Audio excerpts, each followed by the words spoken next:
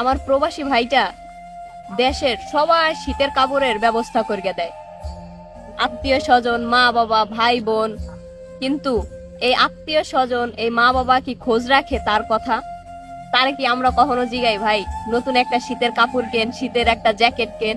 কিন্তু দেখেন, সে বেতন পাওয়ার সাথে সাথে সবার আগে দেশে টাকাগুলা পাঠায়, যেন দেশের মানুষজন, তার পরিবারের মানুষজন কেউ যেন শীতে কষ্ট না করে।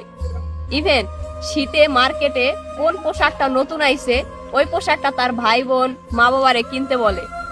ওই প্রবাসী ভাইটাই যখন সে দিনের পর দিন কাজ করে, সে কিন্তু হচ্ছে বিদেশের বাড়িতে থাকে, মানে তার একটা পোশাক দিয়ে 3 বছর 4 বছর পার কইরা দিতেছে।